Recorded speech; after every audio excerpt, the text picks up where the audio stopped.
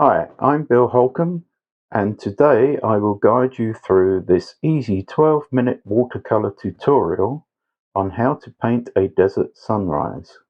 You can download my free sketch in the description, and here is a list of materials used in the tutorial. Using a number 10 brush, I start at the top with a light wash of Winsor yellow. Then I go into a mixture of Winsor yellow and alizarin crimson, and you could add a touch of light red if you wish. So create the red color of your choice. And I'm avoiding the cactus as much as possible. If we go over a little bit, I'll show you how we can lift the edges to neaten that up. We come down to the most distant range of mountains, the Four Peaks, iconic location in the desert here in Arizona. So bring that red wash right down to that distant peak of mountains. Add in a little bit more at the top there, and then come in with a wash of your Winsor blue, fusing together and doing various lines across the sky. Working wet in wet, working as fast as possible.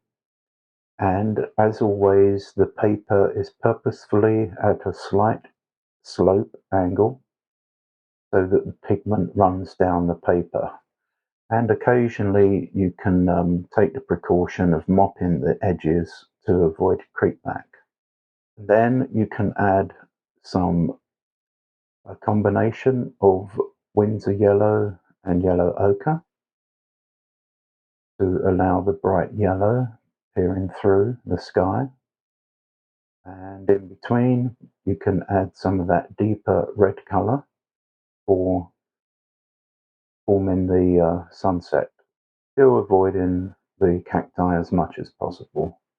Later, when we need to neaten that up on the cacti, we would dry off first, and then we'll add some clear water with your number 10 brush, as I'm doing now, and dab with a tissue, just to neaten those edges.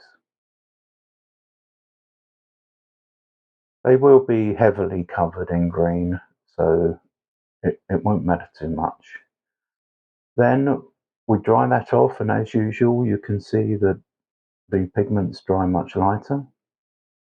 And starting at the Four Peaks mountain range, we add our mixture of Winsor blue with the alizarin crimson, just a touch of it to darken a little bit.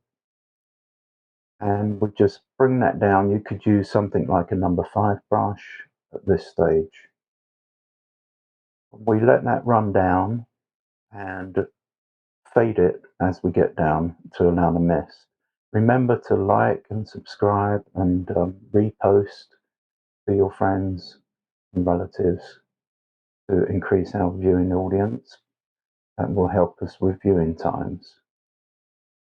So I'm bringing that further down, creating that mist effect where the pigment is less strong as we come down, and going over a little bit of the nearest range of mountain. Then dry that off with your hairdryer and do again the same colours for the nearest range. Once again, allowing that to fade out as it comes down the paper to help the misty effect. And dabbing a little bit with a tissue as necessary to help that misty effect.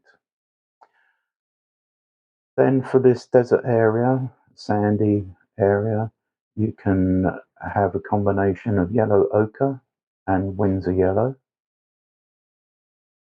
Use your number 10 brush to lay that wash down. Avoiding the tops of the small cacti there, which will be red flowers that are coming through. So leaving little bits of white at the top for when I paint those flowers in. Just being as careful as possible to avoid those areas. And bring that wash all the way down, all the way through, just avoiding those two little rocky outcrops where the cacti are. We'll be drawing those in later. And a little bit darker still, you could add some umber to your wash to darken it, and you can even add a little bit of the Windsor blue with your umber to darken some more. Just come up a little bit into the distance, but fainter as we get further away. Let that all fuse in together, so lots of wetting wet taking place here. Dry that off, then you can start painting the cacti. You can do a wash of Windsor yellow with some of the Windsor blue, or you can choose to add some sap green with Windsor yellow. But at this stage, making it quite light, because we've got the sunny side of the cacti here. And then, whilst that's wet, we add a darker version on the darker side and let that fuse in together. And just repeat that whole process throughout for the various cacti. Whilst that is still wet, you can add even darker to that left side, the darker side, slightly in shadow. There will be ridges added to the cacti for their distinctive shape and pattern once that's dried a little bit. Just study your photograph perhaps and realize where darker sections need to be laid down. I of course have kept the paper at this same angle each time so that you can see the video clearly for this tutorial, but if necessary you could, when doing your own version, twist the paper around as you need to make it easier for you. But do remember that the paint will run, and therefore you might need to fairly swiftly twist it back to the upright position to allow the paint to run down.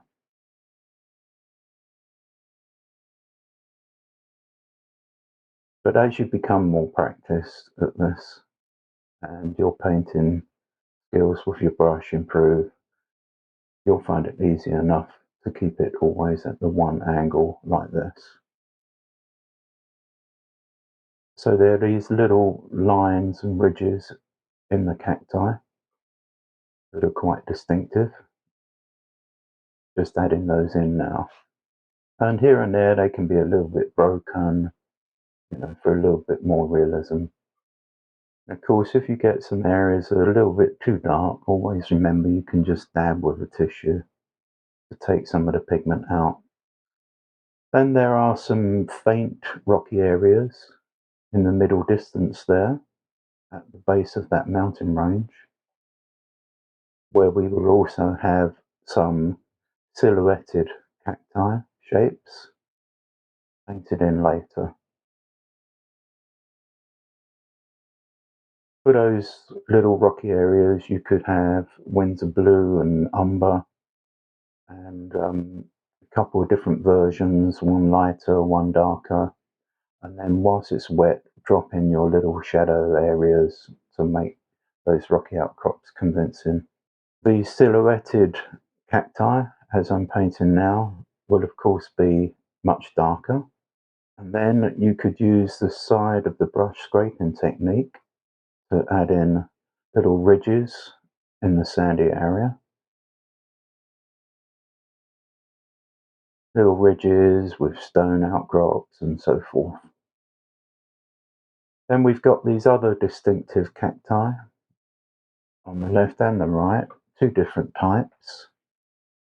one little spotty mottled type ones on the right.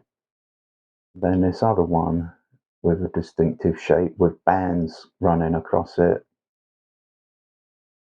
and lines. Once again, putting the shadows in wet in wet.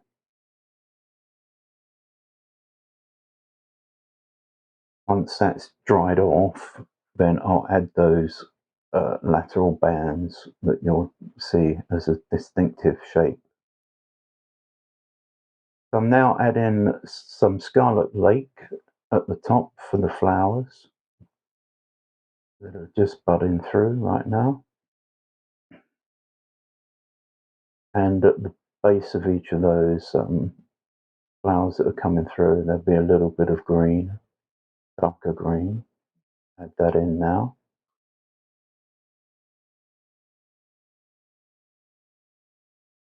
Then ridges again on these cacti, as well as the bands.